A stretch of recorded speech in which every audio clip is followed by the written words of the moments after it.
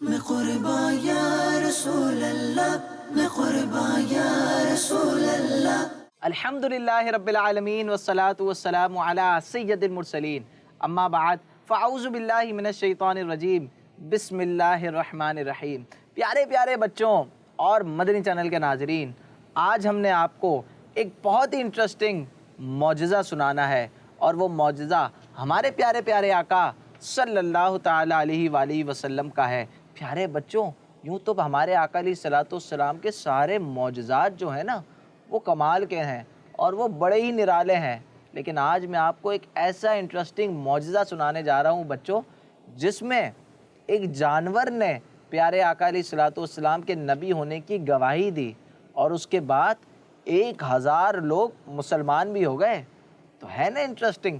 پہلے میں آپ کو یہ بتاتا ہوں کہ معجزہ کسے کہتے ہیں، واٹ از معجزہ۔ یاد رکھیے کہ وہ کام جو عادتاً ناممکن ہو، کیا ہو؟ ناممکن۔ جی، وہ کام جو عادتاً ناممکن ہو، جیسے مردوں کو زندہ کر دینا، اسی طرح سے ڈوبا ہوا سورج واپس پلٹا دینا۔ اچھا، اس کو میں آپ کو تھوڑا سا بتاؤں کہ سورج جو ہے وہ بیٹا مشرق سے نکلتا ہے اور کہاں غروب ہوتا ہے؟ مغرب میں غروب ہوتا ہے، لیکن یہ معجزہ ہے کہ سورج جو ہے وہ کہاں سے نکلے؟ مغرب سے نکلے۔ تو یہ نبی پاک علیہ الصلوۃ والسلام کا معجزہ ہے۔ اسی طرح سے انگلیوں سے چشمے جاری ہو جانا۔ چشمے تو ہم نے دیکھا ہے کہ نیچے سے جاری ہوتے ہیں، پہاڑوں سے جاری ہوتے ہیں، زمین سے جاری ہوتے ہیں، لیکن انگلیوں سے چشمے جاری ہونا یہ ایک عجیب و غریب کام ہے۔ اسی طرح سے ایک پیالہ دودھ کا 70 صحابہ کرام کو کافی ہو جانا، 70 صحابہ نے ایک دودھ کے پیالے سے دودھ پیا، تو یہ بھی ایک عجیب و غریب کام ہے، یہ بھی ایک معجزہ ہے۔ تو وہ عجیب و غریب کام جو عادتاً ناممکن ہو، نبوت کا دعویٰ کرنے والوں کی سپورٹ میں ظاہر ہو، تو اسے معجزہ کہتے ہیں۔ تو آئیے اب ہم بڑھتے ہیں اس انٹرسٹنگ واقعے کی طرف۔ پیارے پیارے بچوں اور مدنی چینل کے ناظرین، ایک مرتبہ ایک دیہات میں رہنے والا کہیں جا رہا تھا، تو دیہاتی کا گزر وہاں سے ہوا جہاں نبی پاک علیہ الصلوۃ والسلام اپنے صحابہ کرام کے ساتھ تشریف فرما تھے۔ جو دیہاتی تھا نا، وہ ایک گوہ پکڑ کر لے جا رہا تھا۔ گوہ ایک قسم کا جانور ہے۔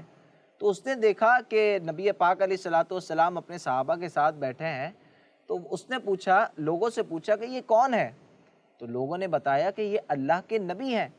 تو وہ دیہاتی آپ علیہ الصلوۃ والسلام کی خدمت میں حاضر ہوا اور کہنے لگا کہ میں اس وقت تک آپ پر ایمان نہیں لاؤں گا جب تک یہ میری گوہ آپ پر ایمان نہ لائے۔ کیا کہا؟ کہ جب تک یہ میری گوہ آپ پر ایمان نہ لائے۔ یہ کہہ کر دیہاتی نے اس گوہ کو نبی پاک علیہ الصلوۃ والسلام کے سامنے ڈال دیا۔ اب نبی پاک علیہ الصلوۃ والسلام نے اس گوہ کو پکارا۔ اس گوہ نے بلند آواز سے کہا کہ میں حاضر ہوں، اور یہ آواز وہاں موجود سب لوگوں نے سنی۔ پھر نبی پاک علیہ الصلوۃ والسلام نے اس گوہ سے پوچھا کہ یہ بتا کہ تیرا معبود کون ہے، یعنی تو کس کی عبادت کرتی ہے؟ پھر اس گوہ نے اللہ پاک کا ذکر کرتے ہوئے اس کی بڑائی بیان کی اور اس کی جنت اور دوزخ کا ذکر فرمایا۔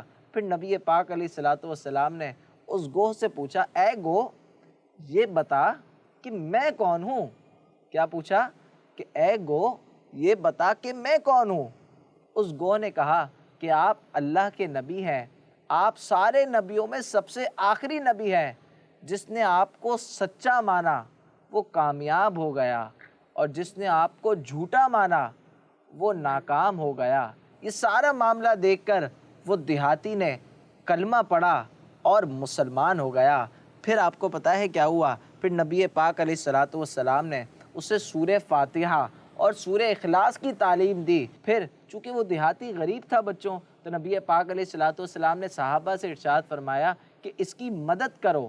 تو بہت سارے صحابہ کرام نے ان کی مدد کی، لیکن ایک صحابی ہیں حضرت عبد الرحمن بن عوف۔ حضرت عبد الرحمن بن عوف نے ان کو 10 اونٹنیاں، کیا؟ 10 اونٹنیاں۔ جی، حضرت عبد الرحمن بن عوف نے ان کو 10 اونٹنیاں پیش کی۔ اب جب وہ دیہاتی اپنے قبیلے میں واپس گیا تو وہاں 1000 لوگ موجود تھے، 1000 لوگ موجود تھے۔ پھر اس دیہاتی نے وہ سچی کہانی سنائی۔ وہ کہانی سن کر وہاں جو سارے 1000 لوگ موجود تھے وہ سب کلمہ پڑھ کر مسلمان ہو گئے، اور پھر نبی پاک علیہ الصلوۃ والسلام کے خدمت میں حاضر ہوئے اور مسلمانوں کے ساتھ شامل ہو گئے۔ تو پیارے پیارے بچوں، میں آپ کو اس کے بارے میں اور بھی بتاؤں گا، لیکن آپ کوئی سوال کرنا چاہیں گے؟ یہ گو کون سا جانور ہوتا ہے؟ یہ جو گو ہے نا، یہ ایک رینگنے والا جانور ہے اور یہ چھپکلی کی طرح ہوتا ہے۔ سورہ فاتحہ اور سورہ اخلاص کی کیا خاص بات ہے؟ ان صورتوں کی بہت ساری خاص باتیں ہیں۔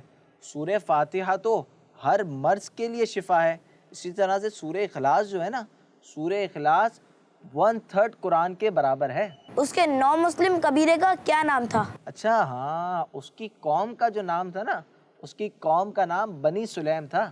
جی پیارے پیارے بچوں اور مدنی چینل کے ناظرین، سنا آپ نے کہ کس طرح سے ایک گو نے اللہ پاک کی پاکی بھی بیان کی اور نبی پاک علیہ الصلوۃ والسلام کی نبوت کی گواہی بھی دی، اور پھر دیہاتی مسلمان بھی ہو گیا، اور صرف دیہاتی نہیں، 1000 لوگ اور بھی مسلمان ہو گئے۔